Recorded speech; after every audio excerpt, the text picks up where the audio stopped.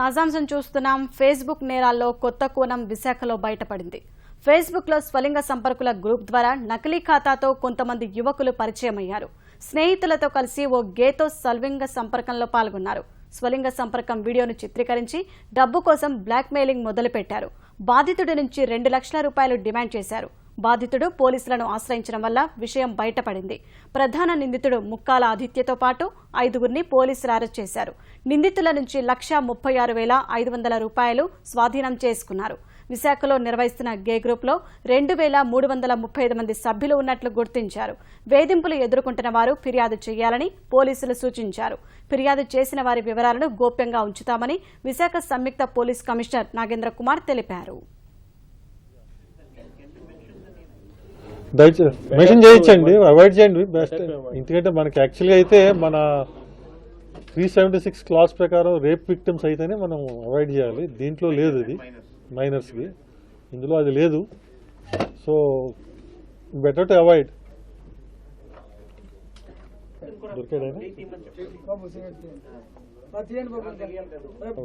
DCP 1 number email to నోయిందా.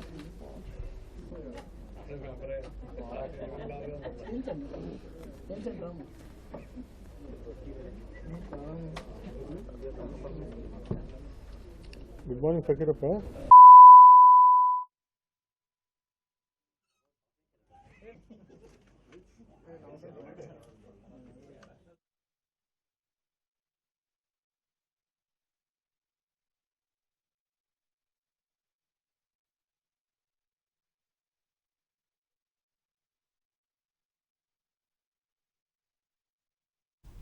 Facebook నేరాల్లో కొత్త కోణం విశాఖలో బయటపడింది. ఫేస్బుక్లో స్వలింగ సంపర్కుల గ్రూప్ ద్వారా నకిలీ ఖాతాతో కొంతమంది యువకులు పరిచయమయ్యారు. స్నేహితులతో కలిసి ఓ గేతో స్వలింగ సంపర్కంలో పాల్గొన్నారు. స్వలింగ సంపర్కం వీడియోను చిత్రీకరించి డబ్బు కోసం బ్లాక్మెయిలింగ్ మొదలుపెట్టారు. బాధితుడి నుంచి 2 లక్షల రూపాయలు డిమాండ్ చేశారు. బాధితుడు పోలీసులను ఆశ్రయించడం వల్ల విషయం బయటపడింది. ప్రధాన నిందితుడు ముక్కాల ఆదిత్యతో పాటు 5గురిని పోలీసులు అరెస్ట్ చేశారు.